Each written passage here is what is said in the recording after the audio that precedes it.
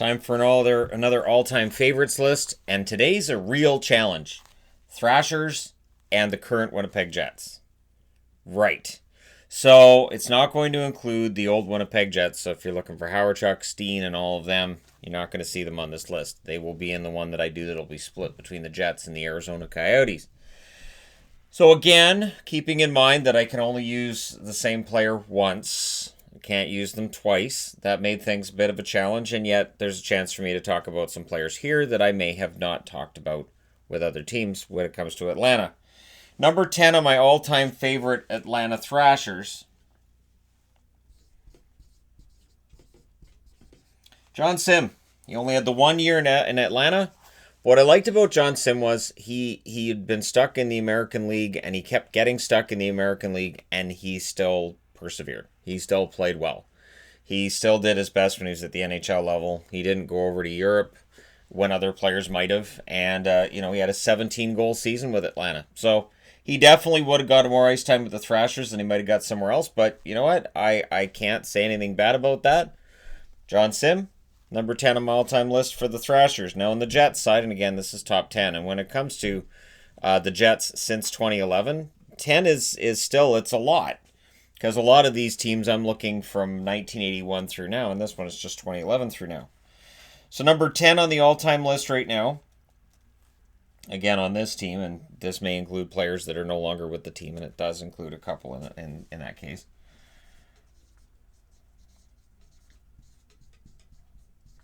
Brian Little, number 10. Brian Little gets a lot of flack for his contract. What people forget is, yes, he's been injured this year. Yes, he's been out a lot. He's also been a pretty solid contributor to the Winnipeg Jets when he's been in the lineup. This year, limited sample size, sure, but when he was in the lineup, it made a huge difference. And yes, ideally he should be their third-line center, but he's been thrown into the cast as second-line center when he's in there. And I don't understand. He's not this black hole offensively that you would think he is, if you just listen to people talk about Little. Little is kind of the guy that everybody's ready to throw away from the Jets. And I think the effort is there. I think the talent is there. Yeah, he's probably paid too much, but I'm not going to hold that against him. That's something you can kind of look at the GM and say, so when you signed this contract... But I digress. Number 9 on the Atlanta Thrashers list.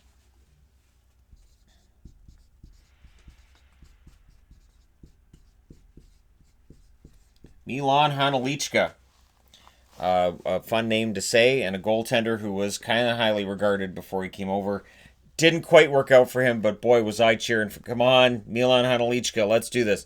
Because Atlanta's goaltending was, it was a misadventure for the most part. Kari Lehtinen is not on this list. Lehtinen had his success with Dallas. In Atlanta, he had his struggles. Again, the team in front of him wasn't very good either, so you can't completely put that on Lehtinen, but Lehtinen never really reached his potential as a member of the Thrashers. So yeah, Hanelichka, number 9, is your first. I don't know who that is, unless John Sim was your first. I don't know who that is. And if you're having that experience, you may have it again with the Atlanta side of the board. On the number 9 side for the Jets. Now, keep in mind, these are my favorites, right?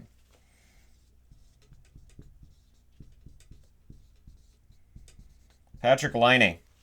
Laine did a lot of really, really smart things this year. He did reinvent himself. He did get himself on that top line legitimately, not through whining or through anything else. He belonged on that first line this year, and he showed it right out of the gate. Last year was a very up and down season. Ups were in November, and the downs were basically throughout most of the rest of the season. This year he came in and he wanted to make a difference, and he did. He learned passing is good, because if you pass first, make them respect the pass, you will get better shots. I think Patrick Laine is going to have the goal scoring next year that was expected this season, and I think the assists will still stay relatively high. I think Laine could absolutely explode offensively starting next season.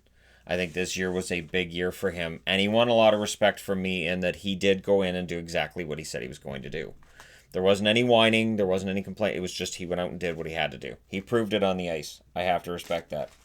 Number 8 on the Atlanta side of things. For number 8, yeah, I'll throw this guy at number 8.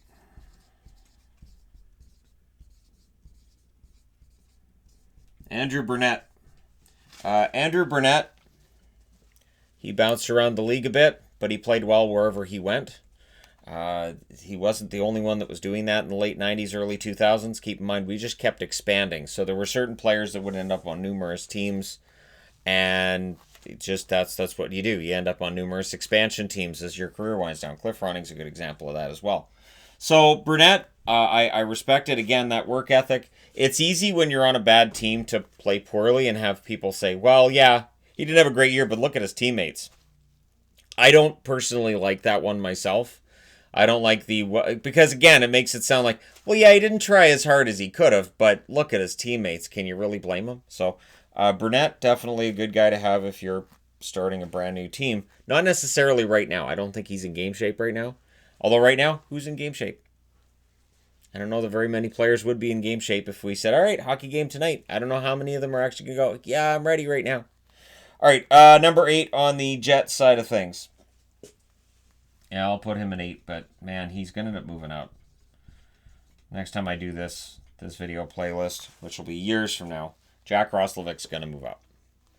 Jack Roslovic is a hardworking player who's been bottom 6 for the most part in Winnipeg, but the top 6 potential is definitely there.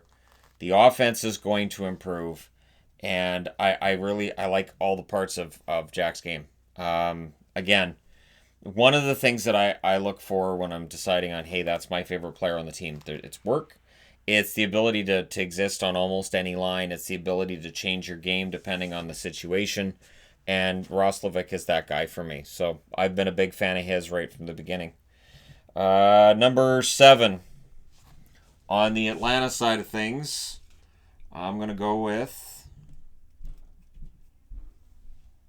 Yeah, I'll go with him at 7. Another goaltender. Now, the interesting thing, of course, is that goaltending was not exactly a strength for the Atlanta Thrashers throughout their history. But Pasi Nurminen was a good goaltender. He was. He had a couple of really good seasons there for Atlanta, but he was in Atlanta, so nobody noticed. And when we talk about goaltenders who are pretty good on bad teams, Pasi Nurminen, to me, kind of stands out. I like Pasi Nurminen. I thought he was a decent enough goaltender, but again, he's in Atlanta, so it's easy to forget him, much like people going, Milan Hanelichka. If you don't remember who Pasi Nurminen is, I even had rookie cards of Pasi Nurminen because I thought, you know what, this guy someday the Thrashers are going to get better, and this Nurminen guy, he's going to be the goaltender, and this is going to be good. And then I'm pretty sure that didn't happen, but you know, at least I had the rookie cards to make sure that I had Pasi Nurminen rookie, so that I could someday go, this was a goaltender for the Thrashers, and people could say, a goaltender for what? Because they won't even remember the Thrashers someday. Someday we're going to talk Thrashers. What kind of name is that for a hockey team? Sounds like a skateboard thing. Yeah, no, it's a hockey team. All right, number 7 on the Jets side of things. Number 7 on my favorites list.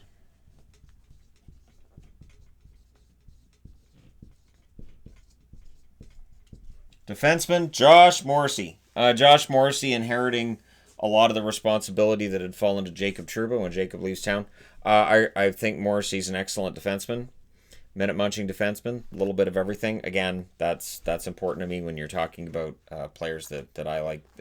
That's why I don't really gravitate to the big goal scorers. My top 10 Atlanta Thrashers does not include Ilya Kovalchuk. Honest truth. It's just I don't normally gravitate to those big goal scorers. It's part of the reason why when I talked about my favorite Canucks, Bure didn't have a standing that people liked. Because to me, it's the other players that I really respect, that while the other guy's getting all the limelight and all the attention, I can respect all of the other things that are being done by the players around him. And so I tend to have favorites on each team that aren't probably the most talented, but they might be the hardest working. Might be. Not saying that all the goal scorers don't work hard, because they do. Number 6 on the Atlanta side of things. Now, technically, I could have put Toby Enstrom as a Jet. But when I think of Toby Enstrom, Tobias Enstrom, I think of him as a Thrasher more than as a Jet. I know. I could have put him on either side of the board. I decided Atlanta because I needed more players for Atlanta. Atlanta didn't have a lot of success, and there weren't a lot of players that I had a particular fondness for with Atlanta.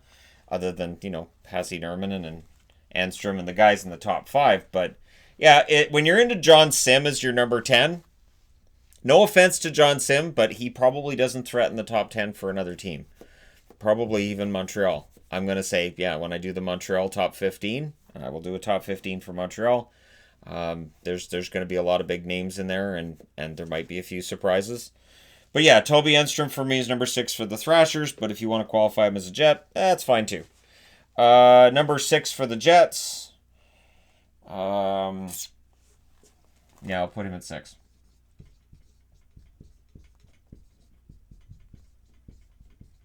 Blake Wheeler. Defying the aging process, yeah, Blake Wheeler's been doing that. And he's been putting up some really excellent totals, and I keep waiting for them to drop off. I keep waiting for Wheeler's numbers to drop, and they just don't. Sometimes you'll go through like a 15, 20 game period where it's kind of slow for him, and you go, well, that makes sense because it hit this stage in his career, he's going to start to slow down. And then he'll have like 10 points next 5 games, you go, or not, I guess. So yeah, Blake Wheeler for me, a player that has earned my respect over the years. People talk a lot about how, Boston gave him up and Boston should have kept him. If Boston had kept Blake Wheeler, they would have had to lose somebody else. There's no way they could have stayed under the salary cap with Wheeler. So while, yes, it would have been great if it had worked out for him, I didn't think he fit in nearly as well in Boston either as he does in Winnipeg. He would not have had the points in Boston that he's had in Winnipeg either. Sometimes that's what we don't see when we look at lopsided trades is, okay, if that trade doesn't get made, that player who was a steal probably doesn't get those points somewhere else. Look at Dylan Strome last year with the Hawks. Yeah, he put up a bunch of points with the Hawks, but if he'd stayed in Arizona, those points probably don't show up. Number 5 on the Atlanta side of things. So we're into the top 5 Thrashers.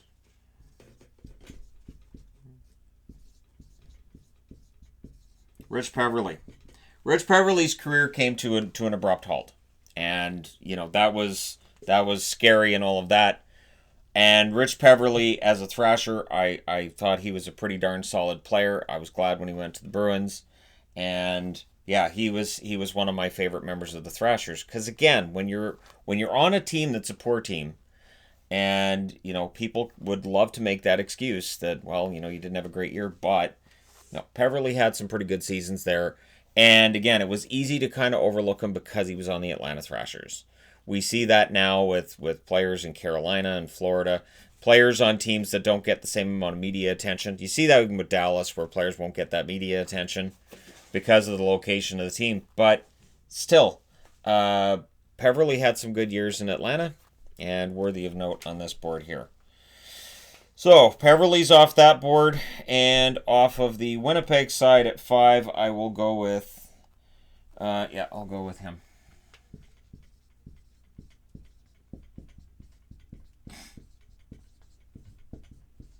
Connor Hellebuyck. Connor Hellebuyck is the starting goaltender for the Jets, who may very well end up winning the Vezina this season. And honestly, a couple of years ago, they brought in, wasn't that long ago, they brought in Steve Mason with the idea of having 2 starters because Hellebuyck was coming off of a poor season. And then Hellebuyck had a great year. And there hasn't been any looking back for Connor Hellebuyck from then on.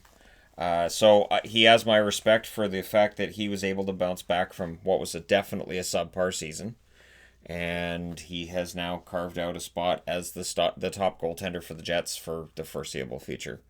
He'll be there for a long, long time, I would think.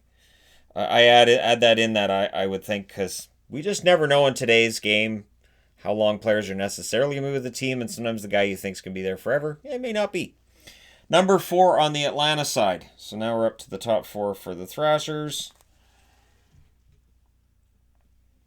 Yeah, I'll go with him.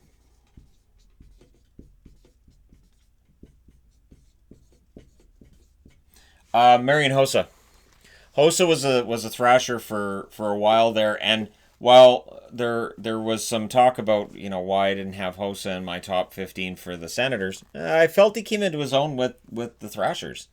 I did. I actually think that part of what caused the Thrashers to fail, just in general, ownership was what caused the Thrashers to fail. It wasn't a lack of fan interest.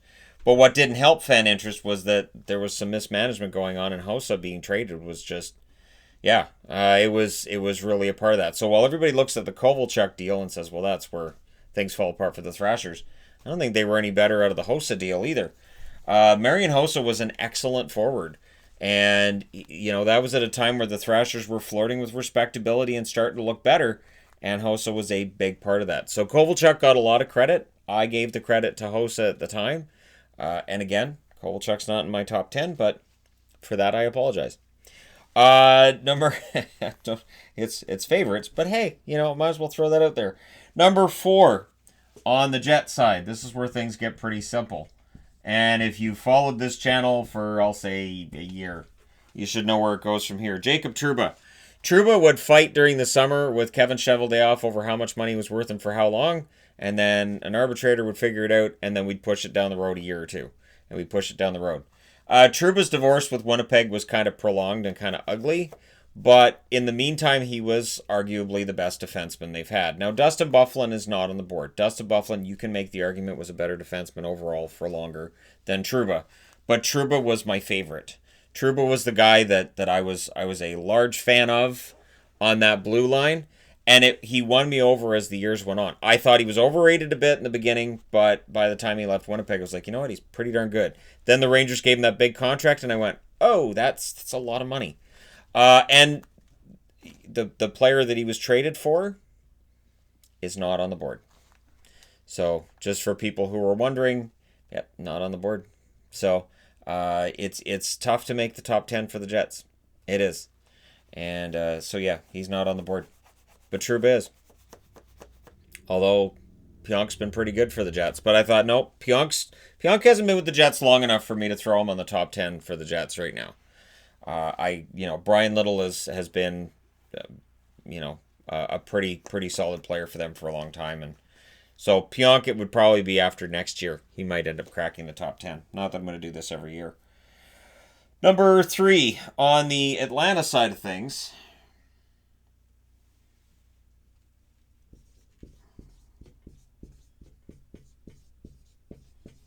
Slava Kozlov. Slava Kozlov got better as he got older. And at a time where players are normally winding down, he was putting up 76 points. So, really, Kozlov was one of those key guys as well when the Thrashers were flirting with respectability and might be getting better. And he was excellent. So, he was part of that Detroit Red Wings dynasty, and then he ends up going over to Atlanta and having a pretty decent run as well, at a time where we all kind of thought he was done. And his answer to that was no. So, yeah, Slava Kozlov, pretty solid for the Thrashers. Number 3 on the Winnipeg side. Yeah, I'll go with him at 3. Nick Ehlers. If I had done this top 10 list last summer, Ehlers probably doesn't crack the top 10. This season has been an excellent year for Nick Ehlers. The work he's put in, the goals have been nice. But there's just he's done everything this year. He's been really a fantastic player for them, and he's won me over big time right from the start of the season. I was like, wow, Ehlers is back in a big way, and I think if we'd had a full 82 game schedule, I think we would have seen Nick Ehlers probably put up career highs in points and goals. But not only that, I think his game has become so good all around that while his salary you could have looked at last summer and said, well, if they need to make some room, maybe Ehlers goes. No, Ehlers won't be going anywhere. Number 2 on the Atlanta side of things. Number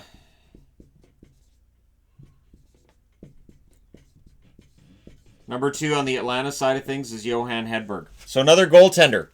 So on a team that wasn't known for tremendous goaltending, Hedberg's there. Now, I also want to point out Ondrej Pavelec is not on either list. Ondrej Pavelec, if we're talking about players who span both, ends up in the top 10. But Johan Hedberg was really, Moose was everybody's favorite, whether it was in Pittsburgh or Vancouver, wherever he played. He just seemed like such a nice, down-to-earth guy. And it again points out that your favorite on any given team, the most popular is very often going to be the backup goaltender. Backup goaltender is going to end up being the most popular on the team. So yeah, Johan Hedberg was one of my favorites with Atlanta, and he was really sort of excellent. Now, number 2 on the Jets side, I'm going to go with, and again, this won't really surprise anybody, who follows the channel. Kyle Connor is going to be number 1. So I'm going to do the Jets number 1 first because we all know who it is, right? At least you should. People should know who it is if they've, again, followed the channel for any period of time. Mark Scheifele. Scheifele, Connor, Ehlers. The Jets over the last couple of seasons have definitely moved up the list in terms of one of my favorite teams. And it's work ethic. It's a year like this where they were supposed to be falling apart. Their defense was crap. They weren't supposed to be anywhere near the playoffs, and they had a pretty respectable season. This was a prove-it season, and they did it. So once Byfuglien's contract is officially off the books, and it's not officially off the books yet, once it's officially off the books and they have some money and they can figure out what they're going to do with their blue line, these guys can go right back to being a contender because they've got Scheifele, Connor, Ehlers, Laine, Wheeler. This is a really good team. Morrissey, of course, Pionku's not on the board. If Little can come back and play and is healthy. The Jets, excellent roster. And again, it's a matter of being able to keep it together. Now on the Thrashers side, who's number 1? Also named Mark. Spelled differently. And it's Marc Savard. Marc Savard came into his own as a member of the Thrashers. Of course, he went on to play in Boston. But he was a big part of the Thrashers, again, being respectable. The Thrashers never got into contender status. They made the playoffs once. They lost in 4 games in the first round that one time they made it. But Marc Savard, pretty good player on a team that was, again, middle-of-the-road mediocre, was about as far as Atlanta could get. So if anybody wants to talk about attendance, A, attendance wasn't really the problem with Atlanta, and B, they didn't really have much of a team on the ice when it came to results to support and go out there and really cheer on, which has been a problem with other teams that struggle to draw. But Marc Savard, for me, was the best member of the Thrashers. So there you go. Top 10 Thrashers, top 10 Jets. And they were both a challenge for different reasons. Let me know your thoughts, your favorites in the comment section below. As always, don't forget to hit like and subscribe if you're browsing your way through. You just happened upon this video. And yeah, I should probably do the Arizona Coyotes and the old Winnipeg Jets next, because that's a fun one to look at as well. Thank you guys so much for all your support. I will talk to you again soon.